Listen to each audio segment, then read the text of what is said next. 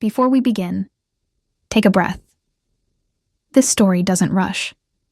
It lingers, in quiet rooms, between unfinished words, in the spaces where love is found without being spoken. If you believe some stories are meant to be felt more than told, then you're in the right place. Like the video if you've been waiting for something slower, softer. And subscribe if you'd like to stay close to stories that don't shout, but stay. If someone had told me, even a year ago, that I would marry a man I barely knew, under chandeliers I didn't choose, wearing a dress I made myself from leftover satin, I would have laughed. Not because it was impossible, but because I still believed in certain things then, like love, or choice, or fairy tales told over steaming cups of chamomile tea. But choices vanish quickly when you're poor, when your mother is dying, and when your father leaves behind more debt than memories. The ceremony took place in the Prescott Estate's side hall, an expansive room with high, echoing ceilings and walls lined with oil portraits of people who looked like they'd never known hunger or fear. No guests, no music. Just legal forms, murmured vows, and the cold scrape of Gavin Prescott's pen against thick paper. He never looked at me, not even once. I stood beside him, close enough to hear the rustle of his sleeve and smell the faint scent of cedarwood and something darker, maybe aged whiskey or resolve. I wanted to say something, anything, but I didn't know what would make sense in a moment like that, so I stayed silent. He signed. I signed. And just like that, I became Mrs. Emma Prescott. Or rather, I became a solution. Later that evening, I returned to the room that was now supposed to be ours. It was beautiful, in a hollow sort of way. Cream-colored walls, antique furniture, a fireplace that hadn't been lit, and a four-poster bed that looked like it had been dressed for someone else. I unpinned my veil and let it fall to the floor. The silence was too loud. Instinctively, I opened the small chest I had brought from home, an old wooden box with worn brass corners.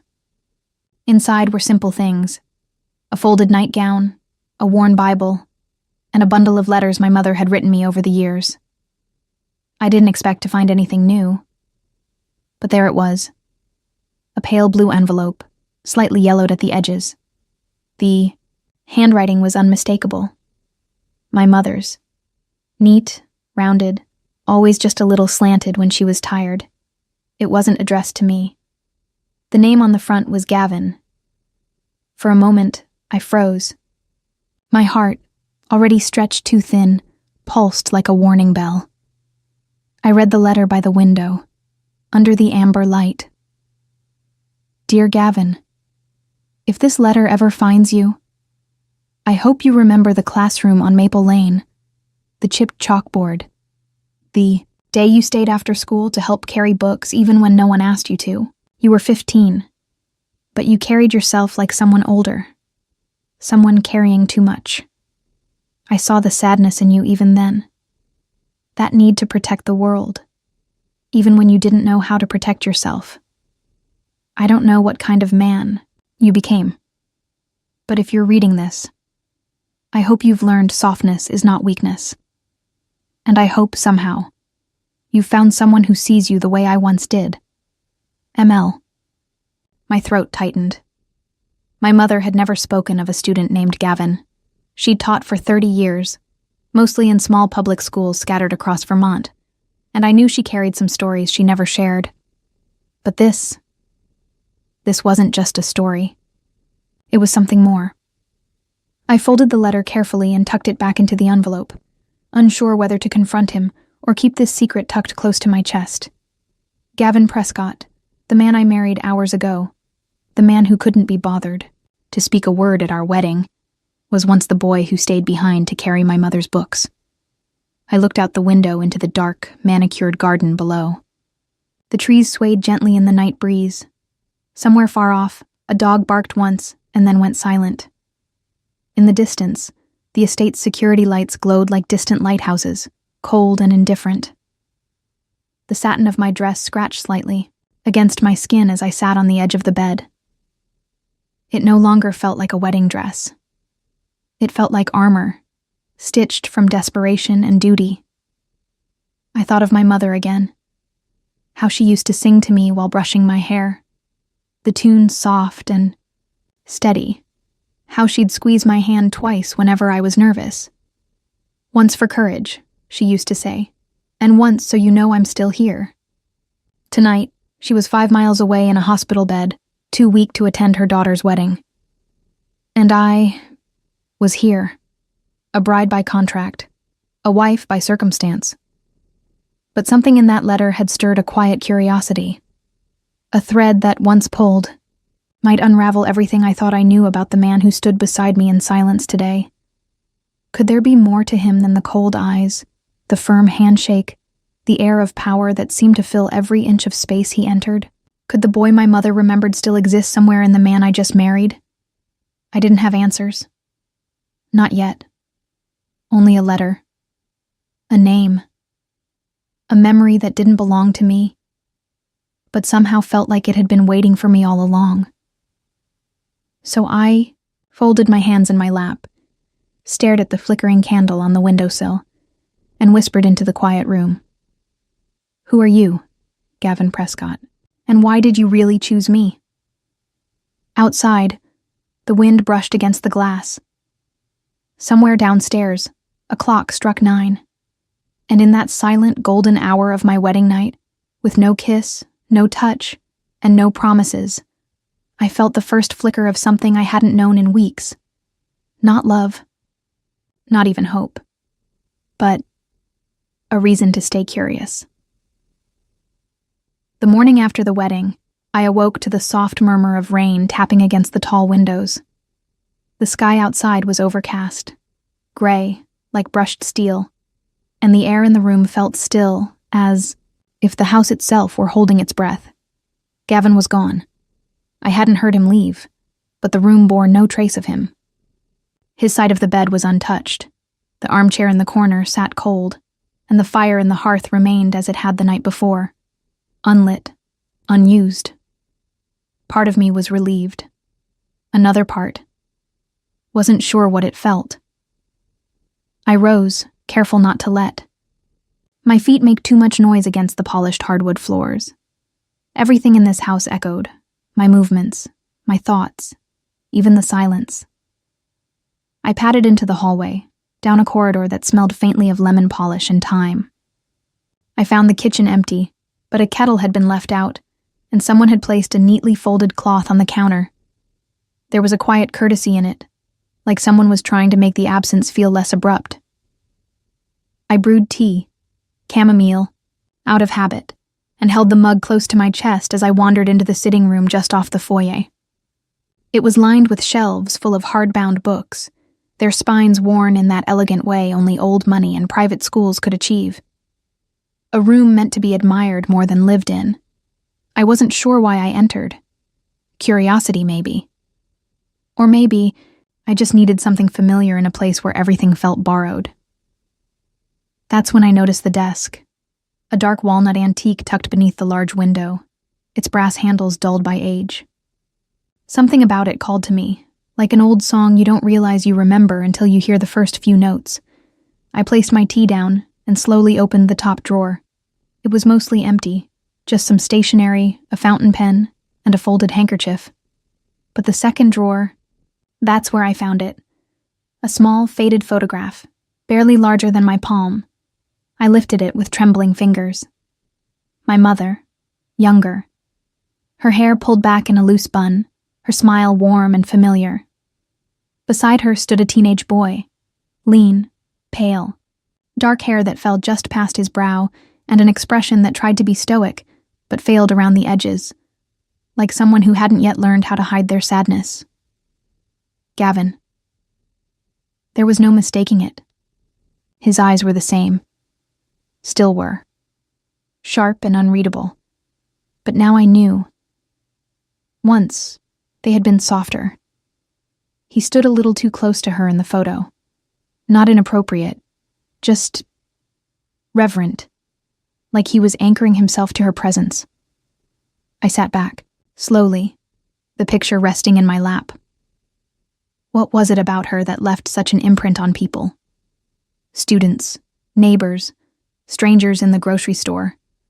She had a way of seeing right into someone and handing that truth back to them, carefully, like a folded blanket. I thought about the letter, about the way she'd written. I saw the sadness in you even then. And I began to wonder, did Gavin marry me because of her? To honor her?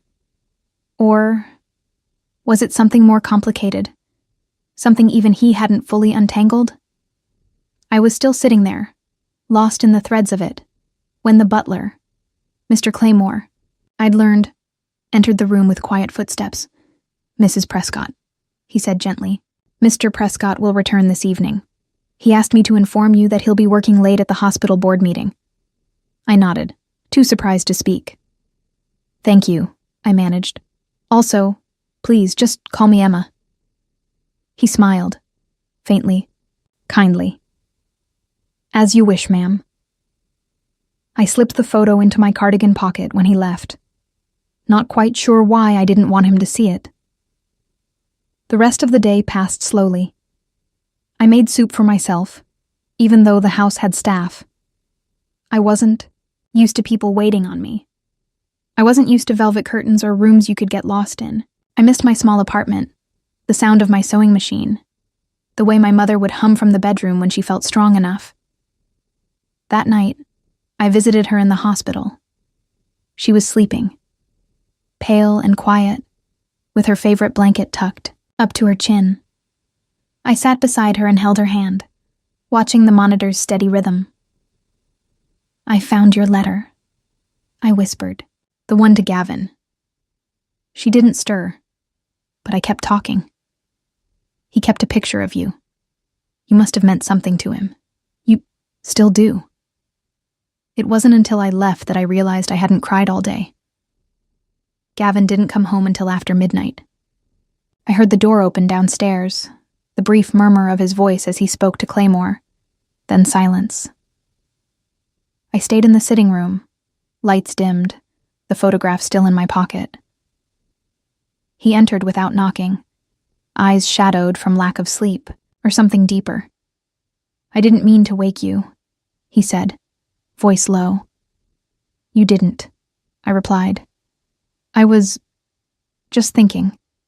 He nodded, then glanced at the fireplace, unlit. "May I ask you something?" I said quietly. He looked at me, guarded. "Of course." I hesitated, then pulled the photograph from my pocket and held it out. "I found this in your desk."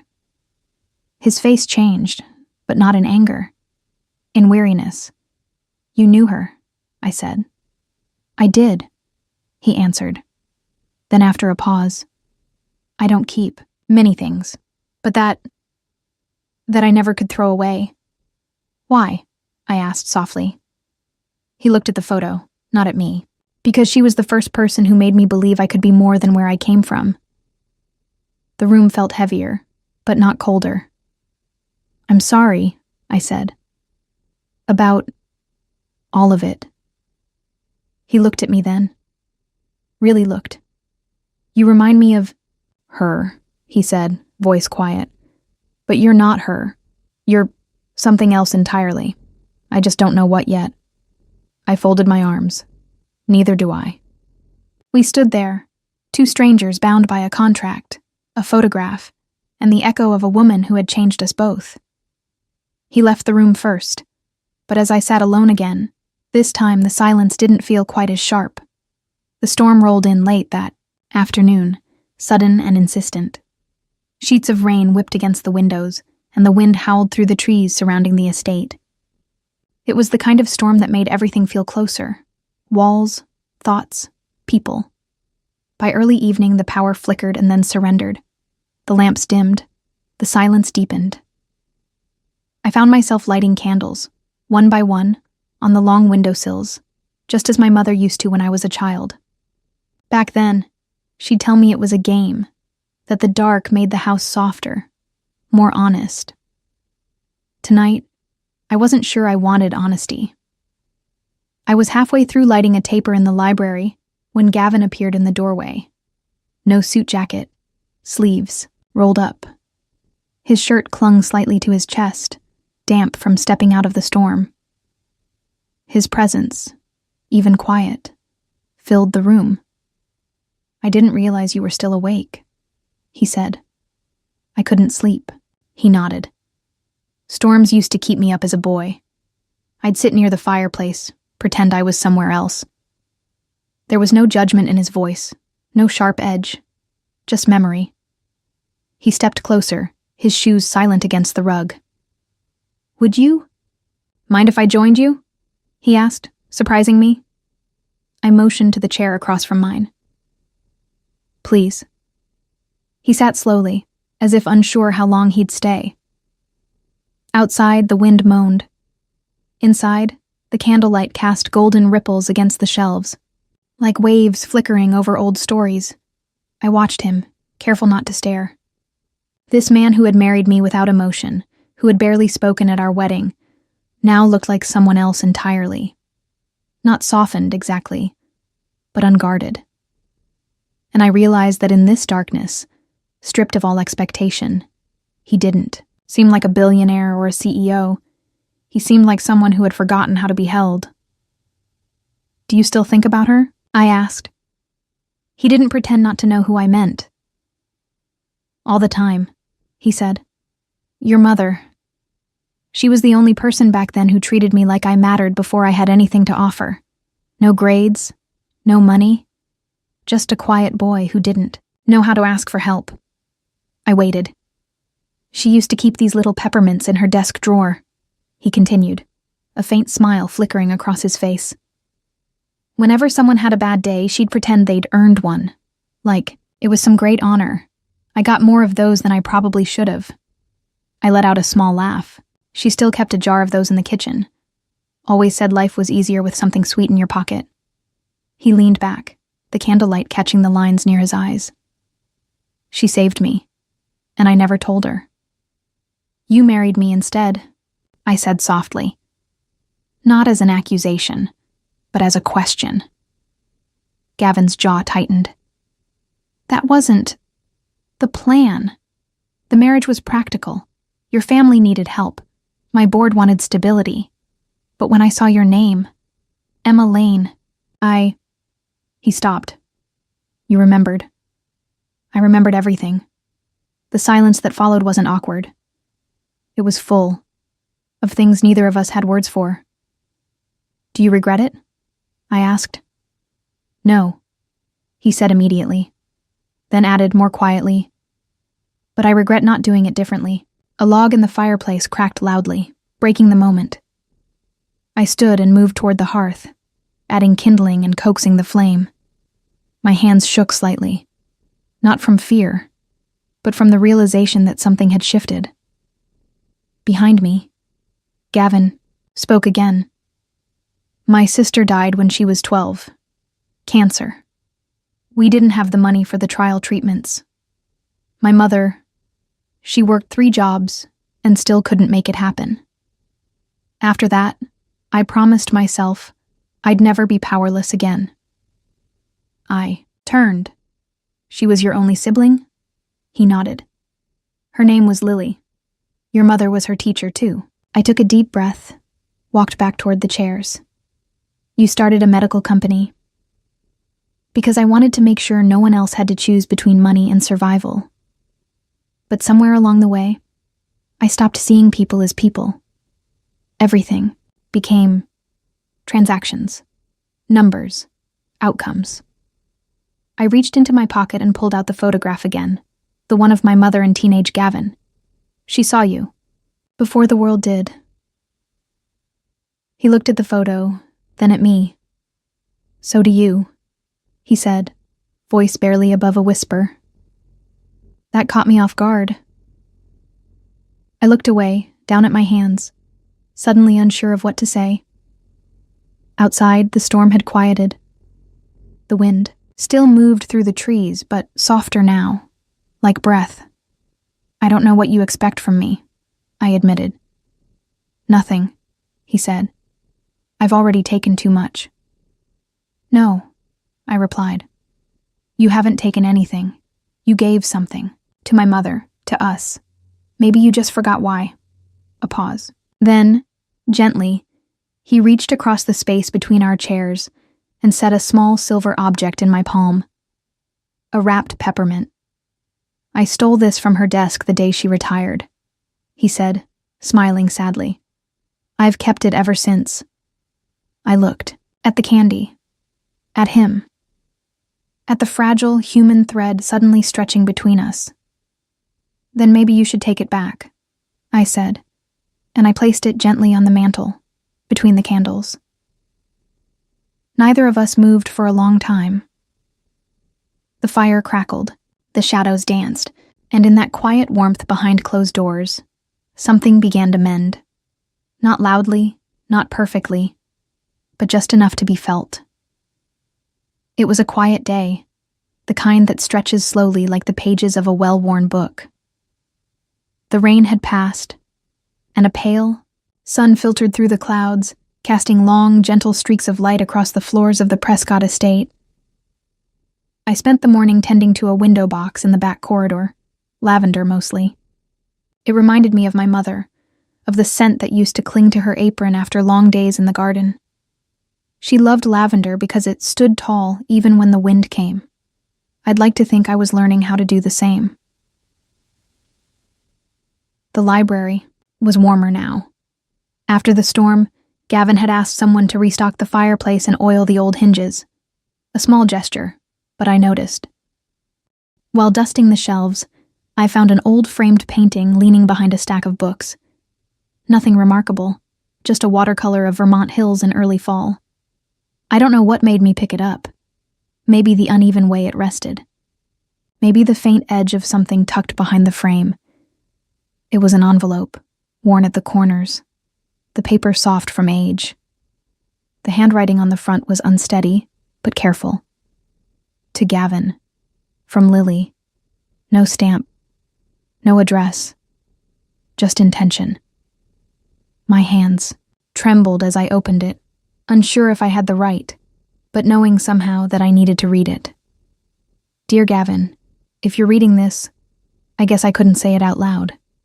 I know you hate when people act like you're breakable, but sometimes I see you staring at the ceiling at night, and I know you're trying to keep the world from falling apart. You won't. It'll keep spinning, with or without you. So please, let it. Let yourself rest sometimes. Promise me that if you ever find someone who makes you feel safe, not strong, but safe, you'll let them in. Even if it's scary, especially if it is, you always looked out for me. Maybe now it's your turn to be looked after. Love. Lily. I sat there for a long time, letter in my lap, sunlight warming the floor beneath my feet. The Gavin I knew now, the one who moved with perfect efficiency, who calculated everything to the second, was once just a boy trying to hold his world together for someone else. And now, the one person who had depended on him most had left behind a request.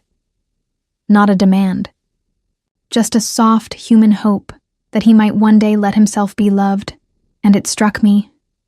Maybe he had, but not on purpose, not clearly, not with intention. I folded the letter and placed it in the inner pocket of my cardigan, beside the photograph of my mother and young Gavin. 2 women. 2 teachers. 2 parts of his past, asking for the same thing in different ways. Later that day, I asked Claymore if I could borrow the kitchen. He looked surprised but pleased, and within minutes I was tying on an apron and rummaging through drawers that still felt too expensive to belong to a kitchen. I baked something simple, apple tarts with cinnamon. They were a little uneven, a little soft in the center, but the smell that filled the house was real. It reminded me of home, of warmth, of afternoons when the world outside didn't matter. I left one by Gavin's study with a note. From the kitchen of Emma Lane, for when the world feels too loud. Then I slipped out, catching the evening train to the city to visit my mother. She looked better that evening. Awake, propped up in bed, her hair brushed back with the same stubborn dignity that had raised me. Apple tarts? She said, with a sly smile as I placed the container on her table. "You raised me well."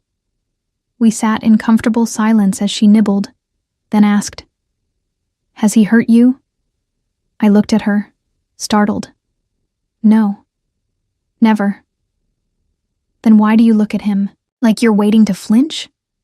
I opened my mouth, then closed it. She set the tart down and reached for my hand. "Emma, you were always cautious, even as a child. But sometimes love doesn't arrive dressed in poetry. Sometimes it looks like a man carrying too much and hoping you won't walk away." I squeezed her fingers. "And sometimes," she added, "it looks like a letter you weren't meant to find, but needed to." I looked at her, surprised. "I saw it too," she said softly. "Lily's letter, years ago. I promised myself I'd never show it to him. He needed time. And maybe he needed you." The train ride back felt shorter. The sky had darkened, and the stars were beginning to press through. When I arrived, the house was quiet again, but warmer. One of the tarts had been eaten. The note was gone. And on the mantel of the sitting room, next to the peppermint I had returned to its resting place, was a small folded piece of parchment, in Gavin's handwriting. "Some things are worth keeping. Some are worth giving back. No signature, just that. I didn't see him that night, and I didn't need to. Something had shifted, gently, almost imperceptibly. But it was enough. And for the first time since the wedding, I didn't feel like a stranger in the house. I felt invited." The snow came early that year. Not the heavy kind that buries cars and snaps branches, but a soft dusting, like powdered sugar across the estate lawns. I watched it fall from the bedroom window one morning, wrapped in a wool cardigan, holding a cup of tea that had long since gone cold. Gavin had been gone more than usual. Meetings, travel, boardroom conflicts I wasn't privy to. And yet, even in his absence, he'd left signs of presence. A shawl draped carefully over the arm of my reading chair. A new box of chamomile tea in the kitchen. A small note tucked into a book I was halfway through. "You left off on page 147. They weren't declarations, they weren't grand, but they were steady. And steady was starting to mean more to me than anything else ever had. It was Claymore who told me, in the way only someone like him could. Quiet, without gossip, but not without purpose. They've scheduled a meeting with him this afternoon. The board." "About the company?" "Yes," Claymore replied. Then more carefully, "About you." I stared at him. "They want him to annul the marriage, Emma. For the optics. For the stockholders. To consolidate with another family through a more strategic union." I nearly dropped the spoon in my hand. "You mean they want him to remarry? To someone else?" He nodded once. "A merger through marriage. It's not unheard of. And Gavin." Claymore's eyes, kind and lined with experience, held mine. "He's not the kind of man who bends, but pressure does strange things to people, even good ones." I didn't say anything. I just walked to the nearest room, sat on the edge of a velvet bench, and tried to keep breathing. All of this, our wedding, our arrangement, had started as a transaction. I'd never deluded myself otherwise. But somewhere along the way, it had become something more. I had started seeing Gavin not as the man I owed, but as the man who never once asked me to owe him. And that made the idea of being traded away unbearable. That afternoon, I left the house. I needed air, noise, life. I went to the hospital. Not the one my mother stayed in, a different one, smaller, less polished, one she'd never seen. I asked for the director by name, though I wasn't sure why. He was a kind-faced man in his 50s. He greeted me like he'd been expecting me, though we'd never met. "You're Mrs. Prescott," he said, shaking my hand gently. "I'm honored." Your husband's foundation has done extraordinary things for us." I blinked. I didn't know Gavin had a foundation." He smiled. "That's the point, I think. He doesn't let anyone name it after him. It's under a private trust. Quiet work, but powerful. Your mother's treatments? Fully covered. The new wing we're building? Half funded by that same trust." I sat back in the chair, stunned. "He never told me." "Of course he didn't," the man said gently. "Some people don't want to be thanked. They just want to do the right thing before it's too late." It was raining again when I stepped outside. This time, I let it fall. When I returned home, the house was silent. Candles lit, a fire flickering in the den. Gavin was standing in front of it, jacket slung over the back of the sofa, sleeves rolled. Up, he didn't look up when I entered. "You spoke to Claymore." I did. He nodded once, and I spoke to the hospital director. That made him pause. He told me about the trust, about my mother's care, about the wing. Still silence. "You didn't want me to know." He turned slowly, hands in his pockets. "It wasn't meant to be hidden. Just not used as currency." I stepped forward. "You could have told me. I didn't want gratitude, Emma, or obligation. I wanted you to be here because you chose to be, not because I made your life easier." For a long moment, we just stood there. The only sound was the soft pop of the fire and the steady rhythm of the rain against the windows. "I haven't made this easy for you," he said quietly. "I've given you space, but not understanding. Silence, but not comfort. And now they want me to make a choice." "What will you do?" I asked. His eyes met mine, tired, yes, but unwavering. "They told me to dissolve the marriage. That it would free me to align with someone more suitable." I waited. He took a step closer. "But I've never felt freer than I do with you in this house." Another step. "You don't speak much. You don't ask much. But somehow you see everything. You sit with grief without flinching. You listen to silence without trying to fill it. And you make this place, this life, feel livable." He was standing in front of me now.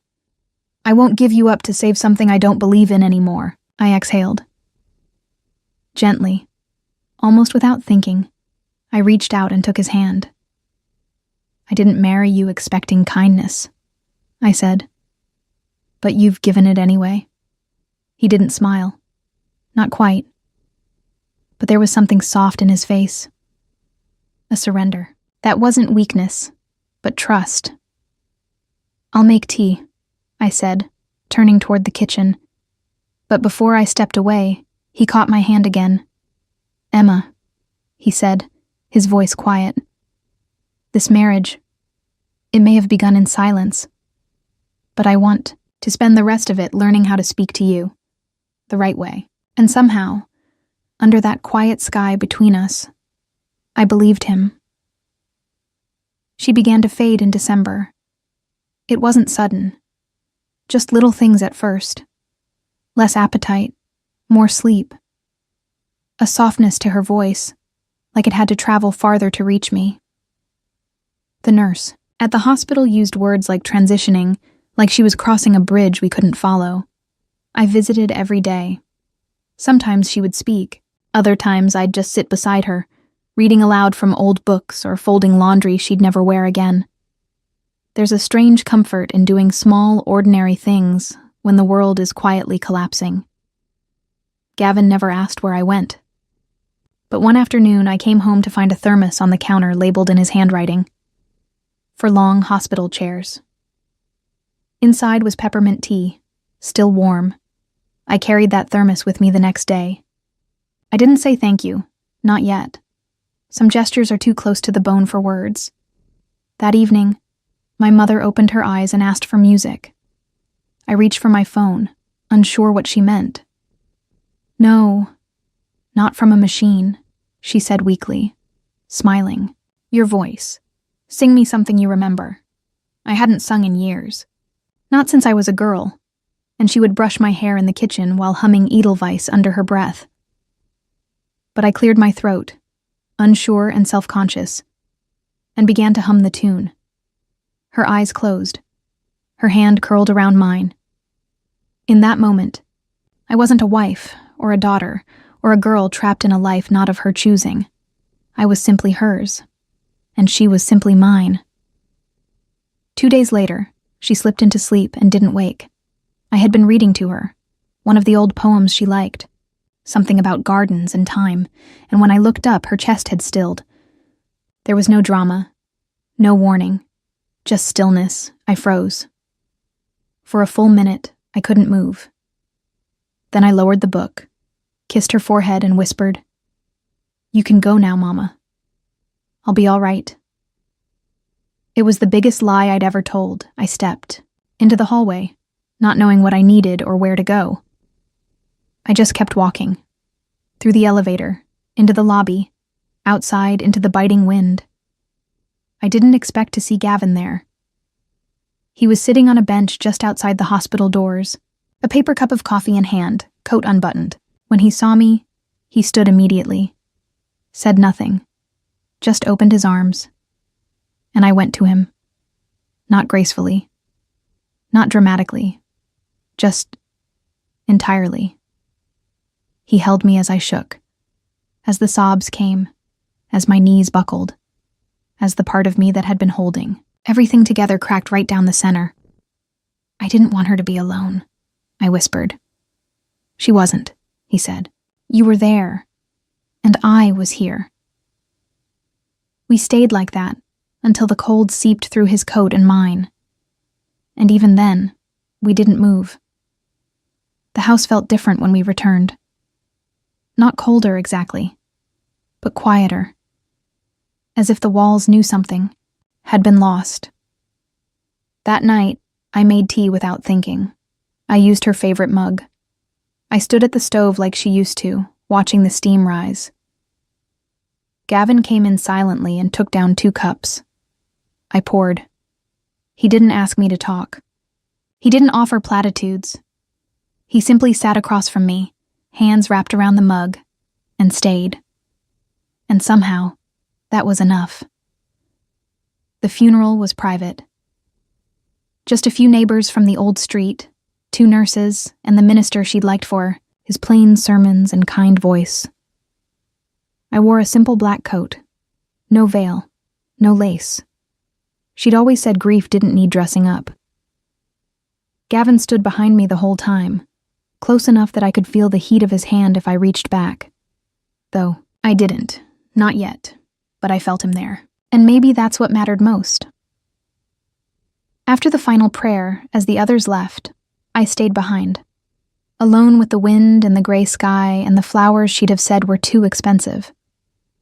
Gavin waited by the car, giving me space. When I finally turned to join him, I noticed something tucked into the bouquet he'd laid on her casket. A single wrapped peppermint. He didn't mention it. Neither did I. The next morning, I found a box on my sewing table. It was plain, brown, tied with a soft blue ribbon. Inside was a folded piece of linen, hand-stitched with my initials, and a note. "You don't have to be strong today, or tomorrow. I'll carry it for both of us until you're ready. G." I sat in that room for over an hour, not moving, just holding the cloth like it was something sacred. That afternoon, for the first time since we married, I climbed into bed beside Gavin without invitation or ceremony.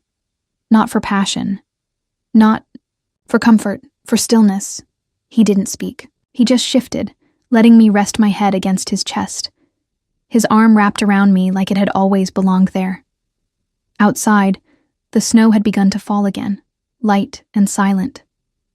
Inside, our breaths eventually fell into rhythm. And as my eyes drifted shut, I realized something I hadn't before. Grief doesn't take from you what you love. It shows you who's willing to stay behind when it leaves. Grief does not end, not really. It settles into the corners of your life like dust, soft, persistent, familiar. You learn to live around it. You learn how to breathe with its weight pressing gently on your chest. The days after my mother's passing were quiet. There were no more hospital visits to make, no calls to answer, no soups to prepare. My hands, so used to doing, suddenly didn't know what to reach for. I filled the hours by tending the winter garden. Bundled in Gavin's oversized coat, I trimmed back brittle stems and cleared leaves from the stone path. It didn't change anything, but the rhythm helped. And sometimes, that's enough. Gavin didn't speak much, but he was there. Every morning, there was a new cup of tea beside my place at the table. Every night, a small light left on in the hallway. Little things. Easy to miss if I hadn't been looking. But I was. I noticed the way he paused now before leaving the house, as if waiting. To be missed. I noticed how he no longer corrected the staff when they called me Mrs. Prescott. And I noticed how he began to eat dinner in the kitchen with me, instead of at the long, formal table where we had first sat like strangers. Something had changed. Not suddenly, but deeply. And then one afternoon it became clear. I was walking through the back gallery of the house, looking for a misplaced book, when I heard music. Soft piano notes, played haltingly, as though someone were remembering, rather than performing. Followed the sound. The music led me to the small parlor, rarely used, but beautiful, with a baby grand tucked near the window. And there was Gavin, seated at the keys, hands moving with surprising gentleness. I didn't move, just watched. He didn't notice me at first, or if he did, he didn't say. His head was bent, his shoulders curved inward, as if he was afraid the music might leave him if he breathed too loudly. When he stopped, the silence that followed felt deeper than before. I didn't know you played, I said quietly. He turned, not startled. I used to. My sister made me learn. Said no one who could make something that beautiful should be allowed to avoid it. I walked toward him, sat beside him on the bench. Why'd you stop? He looked down at his hands. Because after she died, everything beautiful felt like betrayal. I nodded. I understood that. He turned toward me, his expression unreadable. But when you sang for your mother, that night, I remembered that beauty isn't always betrayal. Sometimes it's survival. I felt my throat tighten. I'm not good with words, he continued. I've spent my life solving problems with action, not confession. You don't owe me anything, Gavin. I know, he said. That's why I want to give it to you anyway. There was a pause. The weight of what wasn't being said hung gently between us. I never expected love, I said, voice barely above a whisper. I wasn't looking for it when I married you. I just wanted to protect what was left of my family. He reached for my hand. And I just wanted to pay a debt I thought could never be repaid, our fingers laced, unpracticed, tentative, real. And now? I asked. He looked at me fully. Nothing guarded. Now I just want to stay. Not to fix anything. Not to earn anything. Just to be near whatever this is becoming. I didn't reply. I didn't need to. Instead, I leaned my head against his shoulder, and we sat in the fading afternoon light as the snow outside the window began to fall again. Soft, unhurried, like it knew it had time. Later that evening, I returned to the sitting room where it had all begun. The fire was already lit. My mother's peppermint still sat quietly on the mantel beside Gavin's folded note. I added something of my own, a letter I had written the night she passed. Mama, you always told me that home wasn't a place. It was a person who made you feel known and safe. I didn't know what that meant until now. You were my first home. And somehow, even in your leaving, you led me to my next. I'll love him gently, the way you would have taught me. I'll be okay. Emma. Behind me, Gavin entered the room and paused at the doorway, watching me quietly. "You're starting to look like someone who believes in tomorrow," he said softly. I smiled. "I'm starting to believe in us." He stepped forward and wrapped his arms around me, chin resting lightly against my hair. We didn't need to say more. Some things don't require declarations. They only need consistency. And quiet bravery. That night, we slept in the same bed again, not out of comfort or custom, but out of choice. Our fingers brushed between the sheets, finding each other in the dark, and held there. And I knew, without ceremony or vows, that something had shifted. We were no longer lost. We were choosing to be found, by each other. Some mornings arrive so quietly, you don't realize they've changed everything until hours later. It was early spring when I knew. The light outside had begun to shift, golden and hesitant, brushing against the bedroom walls like an old friend. I stood in front of the open window, one hand resting on the sill, the other instinctively over my stomach. I wasn't sure yet, not fully, but I had a feeling, and sometimes a feeling is enough to begin again. The days that followed moved slowly, with the kind of warmth that sneaks up on you. Gavin had started taking his coffee on the kitchen steps, barefoot, hair tousled in a way that once would have been unthinkable.